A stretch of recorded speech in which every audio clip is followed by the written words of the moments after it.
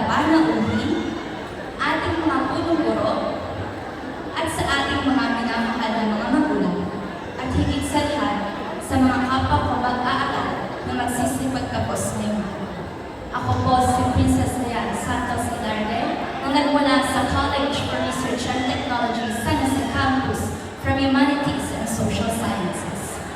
Isang pribilehyo para sa akin ang magkaroon ng isang pagkakataon na makapagsalita sa inyong harapan upang ibahagi ang naging takbo ng aking buhay bilang isang estudyante.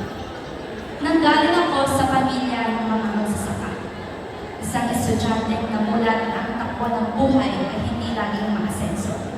Oo, naglalagay kami sa bukid upang kumita ng pera na kung saan ang puhunan namin ay pagod, pawis at pagtitiis sa kalagitnaan ng araw.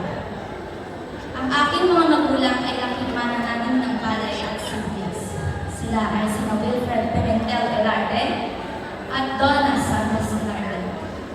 Saksi ako sa mga hirap at sakripisyong naranasan ng aking mga magulang para lang mabigyan kami ng magandang kinabukasan at tamang edukasyon.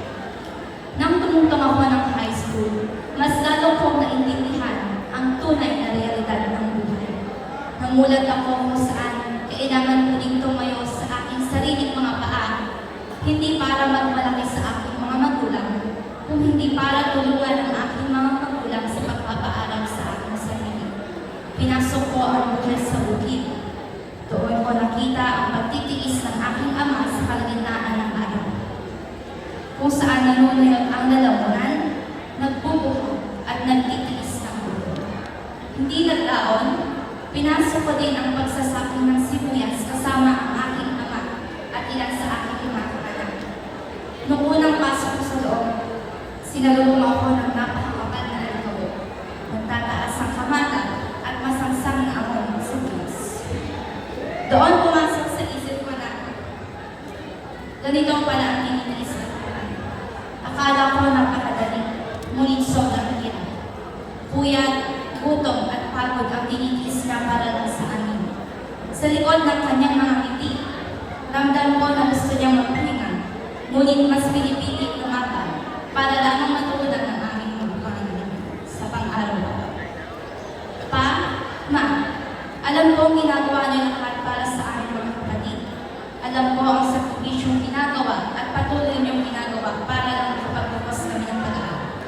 Hindi matutumbasan ng anumang material na bagay ang pagmamahal at sakripisyo niyo para sa amin.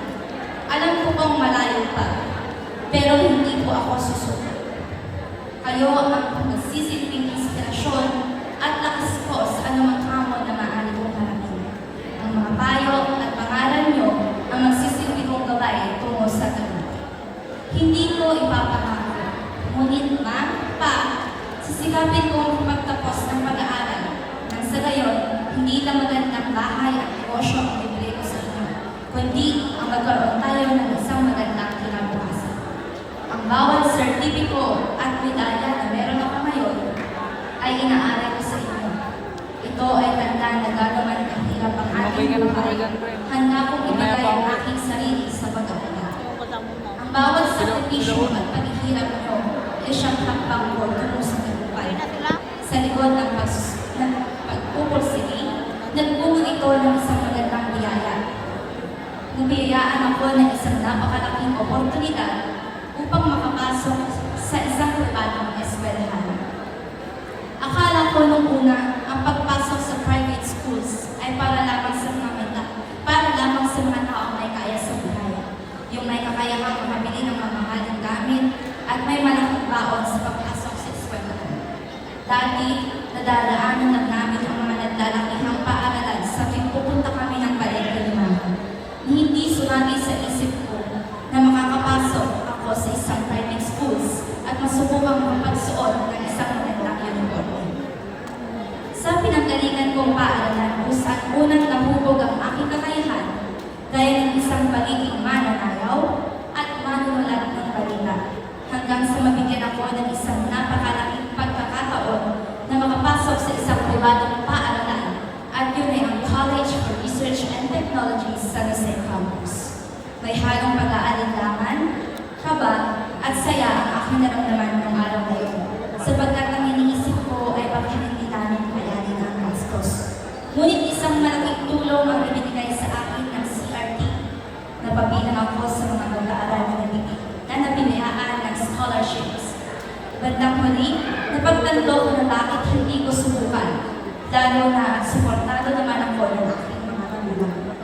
Wala namang masama kung papasukin ko ang pintuang bukas na nag-aalok ng magandang oportunidad para sa akin.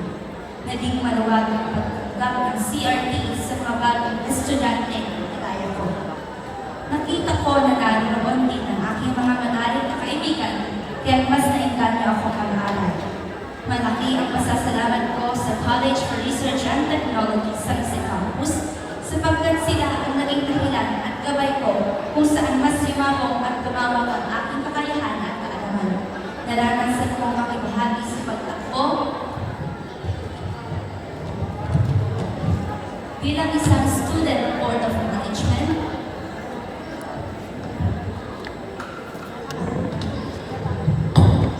maging isang campus journal sa larangan ng pagsusulat ng balita, at mapabilang sa mga estudyante na nagawaran ng parangal gaya ng medalya at sertipiko sa pagrepresenta ng aming paaralan.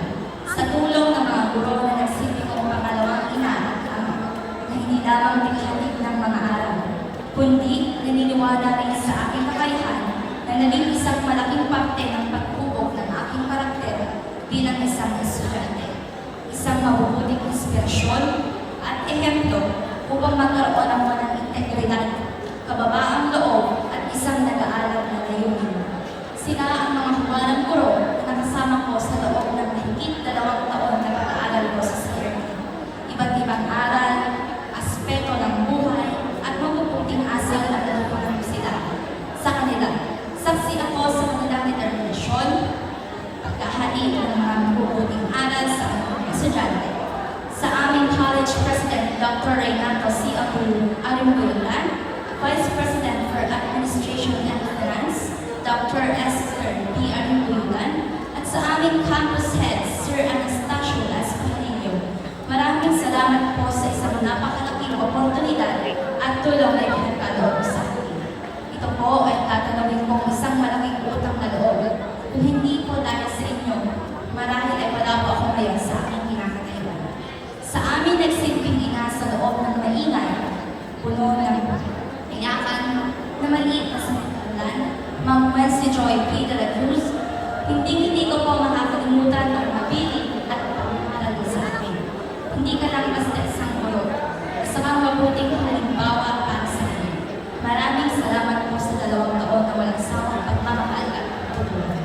Sa mga tunay na kaibigan na aking naging sandalan, kakampi at karami, Stacy, Jenna Rose, Kimberly, Florence, Leo, JP, Rafael, Ariel, at Hyacinth. Maraming salamat sa pagtanggap at pagmamahal sa akin. Hindi biro ang 2 taon na pagsasama natin. Sinubok ang mga problema at hindi pagkakaintindihan. Ngunit mas pinatatag at pinatibay. Lagi niyong tatandaan na proud ako sa inyo at isa kayo sa naging parte ng aking tagumpay.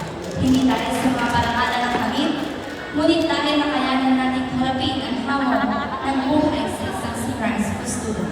Malayo pa, pero alam kong kakayanin natin. Sabi nga sa kanilang pinamagandang saranggola, saranggola'y lipat sa arenang kalapitan, paalam na ba sa ating nakaraan? Ngunit saan tayo hiba ng amihan, di pa babalik ang pagkakaibigan. Gaya ng isang saranggola, alam kong lilipat tayo ng matayog patungo sa ating mga pamilya. Sa taong laging nakasuporta sa aking tagumpay, laging nagpapaaral na always think positive, at higit sa lahat, ang taong gumagabay sa aking mga teacher. Mr. Marvin C. Abato, maraming salamat. Ikaw ang nagsilbing karamay at inspirasyon ko sa bawat laban. Lagi mong tatandaan na dito din ako para suportahan ang bawat desisyon na nagawa. Kapit lang, Alam kong balang araw matutupad din natin ang mga pangarap natin para sa ating pamilya, para sa ating dalawa. Sa aking tita, Mama Ami Alarde, maraming salamat po sa walang sawang pagsuporta at pagtulong sa pagpapaaral sa akin. Hindi lang po kayo basta isang tita na lagi nagsuporta sa bawat parangal na nakakamit ko. Ikaw ang tumayo pangalawang ina sa akin, kung saan laging gumagabay at laging nagpapaalala na mag-aral ako ng mabuti. Hindi nalinahad lang ang distansya mo sa akin para matugunan ang pangangailangan ko sa eskwelahan. Alam ko pong napakahirap ang magtrabaho sa ibang bansa kung saan nakakaranas ka ng pangungulila sa niliwan ng pamilya dito sa Pilipinas. Nakikipagsapalaran ng sa gayon ay ibigay mo lang ang aming pangangailangan. Ma, ang bawat sakripisyo mo ay tatanungin kong napakalaking tulong. Naging ang pag-uwi mo dito sa Pilipinas para lamang masaksihan ang pagtatapos ko bilang isang senior high school student. Hindi man ako nanggaling sa iyo, pero ramdam ko ang pagmamahal mo sa akin bilang isang tunay na anak. Lagi mo pong tatandaan na baon ko, araw-araw ang bawat pangalan mo sa akin. Sisikapin ko pong makapagtapos kasi nangako ako na balang araw ako naman ang tutulong sa inyo. Sa amin kung amin ang mahal ng mga magulang, maraming salamat po sa walang sawang pagmamahal at pagsuporta. Alam po namin ang bawat sakripisyo na ginagawa niyo ay para sa amin upang mabigyan kami ng isang magandang kinabukasan. Marahil ay wala kami sa harap o sa kinakatayuan namin ngayon kung hindi dahil sa inyo. Kayo ang aming inspirasyon, gabay at lakas sa pagharap sa mga hamon na kakaharapin namin sa susunod na bahina ng aming buhay. Tungo sa tagumpay. Ang bawat pangarap at tagumpay namin ay nakalaan para sa inyo. Aming mga sa mga kapwa ko mag-aaral, ipagpatuloy natin ang pagkakaroon ng integridad, kababaang loob at nag-aalam na layunin. Hindi kinakailangan magpadali. Ang mahalaga, natututo tayo sa bawat hakbang na ginagawa natin tungo sa inaasam natin tagumpay. Oo, malayo pa, pero malayo na. Tulad ng isang saranggola, ngayon ay oras na upang tayo'y lumipad at abutin ang mas mataas na pangarap. Muli, taos-pusong pagbati sa ating pagtatapos batch 2025-2026. Ako po si Princess Diana S. Alarde mula sa College for Research and Technology, San Jose Campus.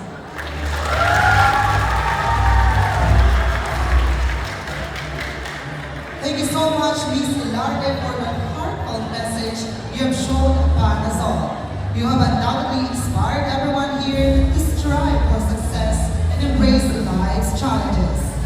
Lastly, to present her words of hope from the band